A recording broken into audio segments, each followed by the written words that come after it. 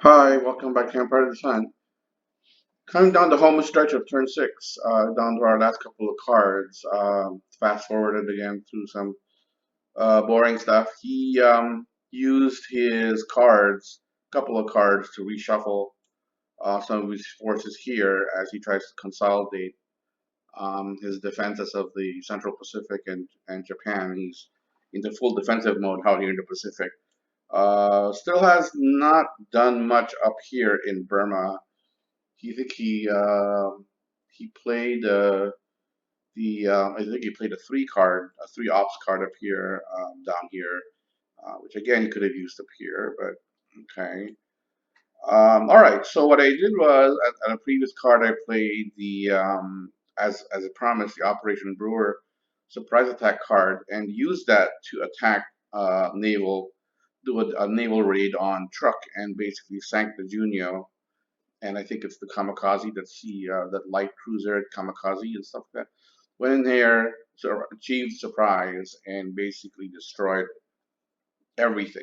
Okay. Oh, and he's abandoning truck. Apparently, he's abandoning. You remember there was a, I think remember there were a couple of 912 units here, and I think he's abandoning it now. He's just moving out of truck. Um, that was the other thing that he did. So I played. Next card I played was Victor Plans. This one here. uh, six activations on Southwest Pacific. Southwest Pacific is a two activations. That's eight activations in total. So I did this. I wanted to start trading his air units. I wanted to start destroying them. In this part, at this part of the game, it's very important to start um, destroying his air steps more than his naval steps because um, air steps is what's going to you don't want to take away his ZOI. I mean, his carriers are basically gone now, except for the Ryujo here, and I think that's it. And of course, he gets the late war carriers too, but that'll be later on. But at this stage of the game, it's very important to just kill off the air steps, Japanese air steps, and so that's what I did here. I did two attacks, attack here, attack there with my carriers and battleships, and so on and so forth. All right. So what he did was he played a kamikaze card. This is the first time ever in my life that I've had a kamikaze card played against me. So that's cool.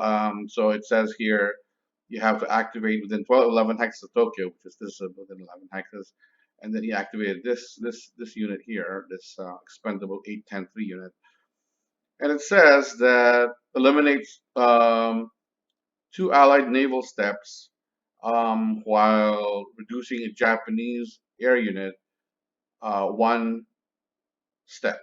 Okay, so no more than one kamikaze per battle, but more than one kamikaze per offensive is allowed. So here is where he did his kamikaze, and this is what he used. He went ahead and flipped that. Okay, and he missed intel roll. His intel roll was a 9, so he missed it. So it's a surprise attack, despite the fact that he used kamikaze. Interesting turn of events there. So he was able to flip Lexington and the Wasp. Okay, okay, and here I went ahead and did my attack. Okay, 69 plus 3, and I got a full result. So it pretty much wipes everyone out, I think, in this hex as far as air and naval. And battle hex B at 32, again plus 3.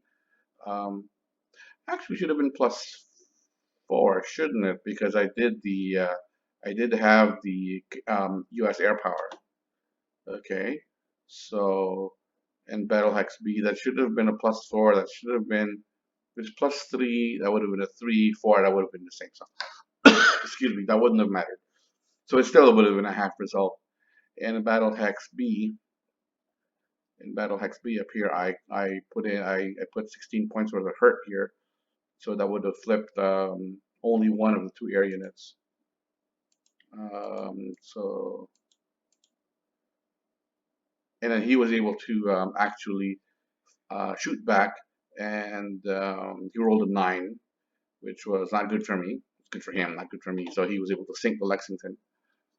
So mm, not great, but again, we're trading here, and we can afford the losses. He can't, so Still, losing the carrier sucked, but again, we're coming to a point now in the game where we're waiting for the big carrier reinforcements, the Essex class carriers. So losing the Lexington isn't that big a deal. I'll live with it. All right. So we're coming down towards the end here. I have one card left. He has with he has one card left, and I have one card left, and I know that I'm going to put my card in the FO. So it's his card play, and then my card play. It's going to go in the FO. Then I don't know if he's going to put his in the FO. He doesn't seem to be an FO kind of guy.